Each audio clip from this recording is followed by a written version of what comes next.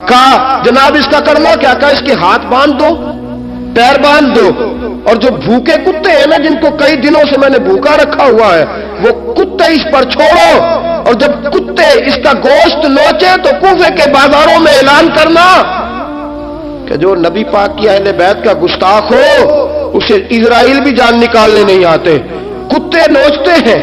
عبید اللہ ابن زیاد کے دربار میں جب سیدنا امام حسین کا کٹا ہوا سر پہنچا نا، اس نے ایک چھڑی پکڑی اور چھڑی پکڑ کے نا تو امام حسین کے لبوں پہ مارنے لگا، کہنے لگا تجھے کہا تھا نا بات مان جا، کٹا ہوا سر تشت میں رکھا ہے، تجھے کہا تھا نا بات مان جا۔ راوی کہتا ہوں عبید اللہ ابن زیاد نے چھڑی ماری اور اس نے بے ادبی کی، کہنے لگا تو تھا ہی اس قسم کا، تیرا یہی حال ہونا چاہیے تھا معاذ اللہ۔ حضرت بریدہ اسلمی حضور کے صحابی دربار میں موجود تھے، فرمایا ابن زیاد تو برا ہے، تیرا باپ برا ہے، چھڑی پیچھے کر۔ کئی بار میں نے ان لبوں کو مصطفیٰ کو بوسے دیکھے ہوئے دیکھا ہے، پیچھے کر، پیچھے کر، ہٹا لے۔ راوی کہتے ہیں کہ 1 2 3 4 5 6 سال گزر گئے، وہی کوفے کا دربار، وہی محل، وہی تخت اور وہی تشت جس میں امام حسین کا سر رکھ کے لایا گیا تھا۔ 6 سال کے بعد مختار ثقفی حکمران بن گیا۔ مختار ثقفی نے کہا کہ میں چن چن کے ماروں گا وہ بندے جنہوں نے امام حسین کو قتل کیا تھا۔ 1 نہیں 2 نہیں 4 نہیں 6000 بندہ مارا اس نے، چن چن کے۔ راوی کہتے ہیں کہ یہ ابن زیاد 30,000 فوج لے کے نہر فرات کے کنارے میدان کربلا کے سامنے آیا اور اس نے جہاد کیا۔ مختار ثقفی نے ابراہیم بن مالک کو بھیجا، فرمایا جاؤ قتل کر کے لاؤ۔ لڑائی شروع ہو گئی، یکم محرم کو ہوئی تو پھر بند ہو گئی، پھر 5 کو شروع ہو گئی، پھر 7 کو شروع ہو گئی، 10 محرم کا دن آ گیا۔ 6 سال کے بعد وہی ظہر کا وقت آ گیا، وہی عبید اللہ ابن زیاد جس نے امام حسین رضی اللہ تعالیٰ عنہ کو قتل کروایا تھا، وہ گرا ہوا ہے اور زمین پہ گرا ہے۔ اس کی گردن پہ ابراہیم بن مالک نے پیر رکھا اور اس کی گردن کو کاٹ کے تشت میں رکھا، اور تشت میں رکھ کے جب اس نے کوفہ بھیجا، وہی تخت جس پہ عبید اللہ ابن زیاد نے بیٹھ کے امام حسین کے مبارک لبوں پہ چھڑی ماری تھی، اسی تشت پہ رکھ کے جب اسی عبید اللہ ابن زیاد کا سر سامنے رکھا تو کوفے کے اس دارالخلافہ کے ایک کونے سے ایک بابا بولا اور بول کے کہنے لگا لوگوں گواہ رہنا میرا رب بڑا عادل ہے، گواہ رہنا اللہ بڑا عادل ہے۔ چیختا ہے، کونے سے پکارتا، کہتا لوگوں عدل ہو گیا، انصاف ہو گیا، عدل ہو گیا، انصاف۔ دیکھو دیکھو جب حسین کا سر آیا تھا، ابن زیاد نے گستاخی کی تھی تو کونے سے آوازیں نکلنے لگی تھی کہ زیاد برا ہے، حسین اچھا ہے۔ آج ابن زیاد کا سر آیا ہے، آواز پھر کونے سے نکلی ہے، لیکن آواز کیا گونج رہی ہے؟ آواز پھر وہی گونج رہی ہے، زیاد ابن زیاد برا تھا، حسین کو اللہ نے بڑی عزت عطا فرما رکھی۔ مکافات عمل، مکافات عمل، اللہ غافل نہیں ظالم جو کام کرتے، اللہ غافل نہیں۔ 6 سال کے بعد وہی دن، وہی وقت، وہی گھڑی، وہی لمحہ، وہی سارا نظام، وہی دربار۔ انسان ڈرتا نہیں، انسان باز آتا، عبرت پکڑتا۔ ابن زیاد اس وقت کہتا تھا کہ میں جاؤں حسین کے پاس، یہ میں جو ہوتی ہے یہ مروا دیتی ہے۔ شیطان نے کہا تھا انا خیر منہم، میں بہتر ہوں، بس ختم ہو گیا، ختم ہو گیا۔ ابن زیاد قتل ہوا، وہی تاریخ، وہی زمانہ، اللہ کریم نے اس کو ذلت کی موت دی، مرا، اور 30,000 فوج لے کے نکلا تھا، پھر بھی بچ سکا نہیں۔ یہ ابن زیاد کا حال ہوا۔ ابن سعد صحابی کا بیٹا تھا، نبی پاک علیہ السلام کے پیارے صحابی کا بیٹا تھا، جناب سعد بن ابی وقاص کی اولاد تھی۔ لیکن یاد رکھنا اگر ایک صحابی کا بیٹا یزید بن سکتا ہے تو دوسرے کا ابن سعد بھی بن سکتا ہے۔ اور صرف یوں ہی توجہ نہ کیا کرو، ابو جال کا بیٹا بھی تو صحابی رسول بن گیا تھا نا. یخرج الحی من المیت و یخرج المیت من الحی. رب فرماتے ہیں میں زندوں سے مردے اور مردوں سے زندے نکال دیا کرتا ہوں. میں کبھی کبھی کعبے کے اندر بت بھی رکھوا دیتا ہوں.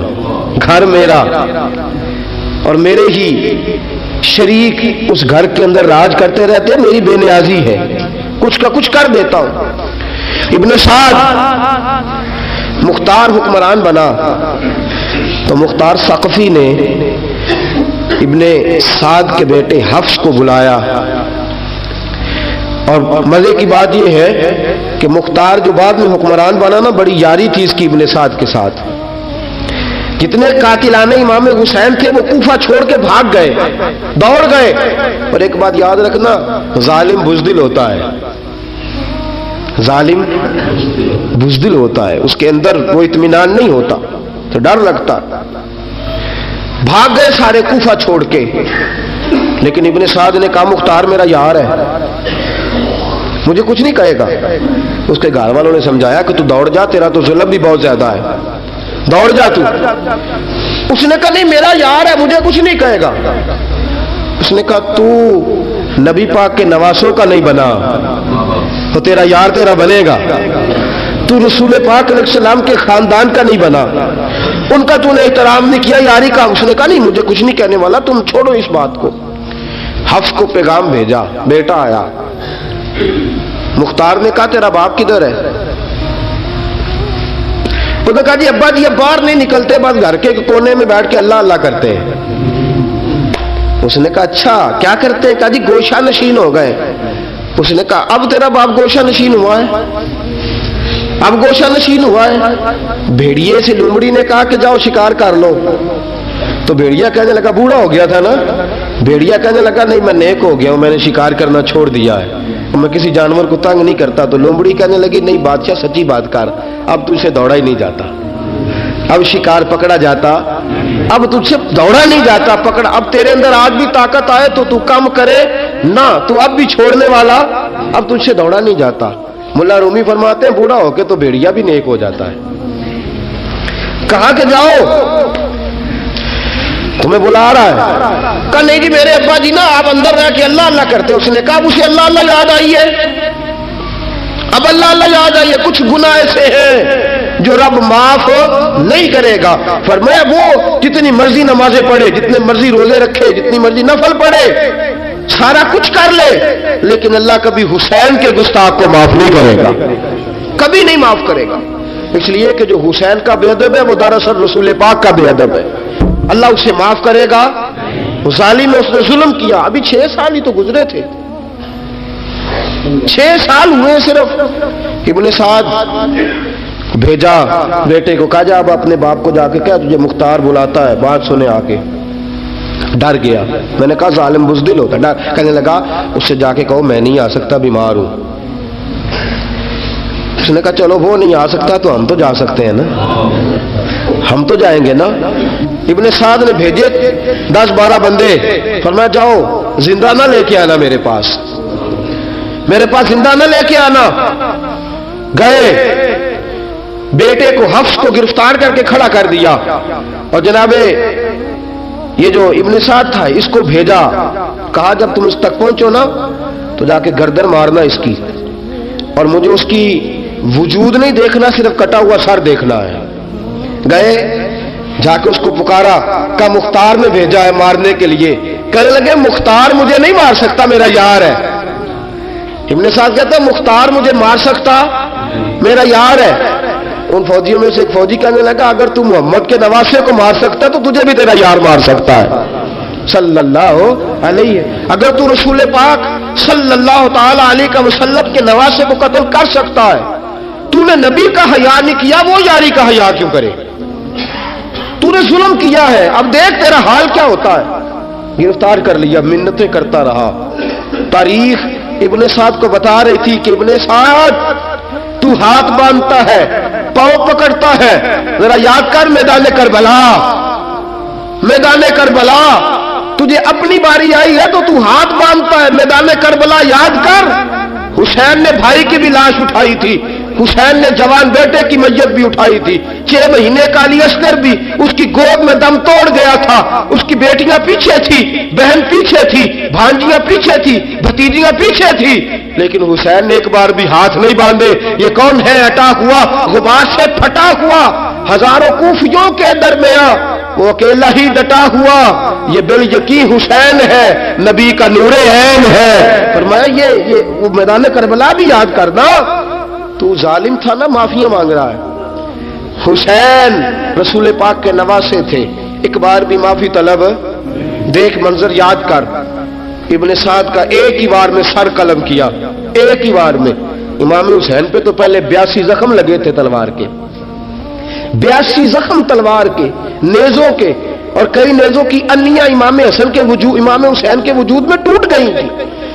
امام حسین رضی اللہ تعالیٰ عنہ پہلے ڈٹے رہے، جمے رہے، بڑی دیر کے بعد گر، پہلے ہی وار میں گر گیا۔ ابن سعد کا کٹا ہوا سر پہنچا تو بیٹا کھڑا تھا۔ مختار سقفی نے کہا کہ تیرا باپ میں نے مار دیا ہے۔ کہنے لگا کوئی مزہ نہیں رہا زندگی میں۔ اس نے کہا چلو ٹھیک ہے، تمہیں بھی مار دیتے ہیں۔ پھر مزہ نہیں رہا تو مار دیتے، کاٹ دیا سر اس کا بھی، دونوں سر کاٹے، تشت میں رکھے، اور مدینہ منورہ حضرت محمد بن حنفیہ رضی اللہ تعالیٰ عنہ جو امام حسین کے چھوٹے بھائی تھے، جناب علی کی دوسری زوجہ کے بیٹے تھے، جناب علی کے صاحبزادے ان کے پاس بھیجے، اور بھیج کے کہا کہ لو ابن سعد کا سر حسین کا بدلہ ہے اور اس کے بیٹے کا سر علی اکبر کا بدلہ ہے۔ جب محمد بن حنفیہ کے پاس پہنچے تو آپ نے فرمایا یہ کمینوں کے سر میرے بھائی کے سر کا بدلہ ہو ہی نہیں سکتے، یہ کہاں حسین کا بدلہ ہو سکتے ہیں؟ وہ حسین ابن علی، وہ حسین ابن علی، حسین ابن علی کی شان رفت کوئی کیا جانے، حسن جانے، علی جانے، نبی جانے، خدا جانے۔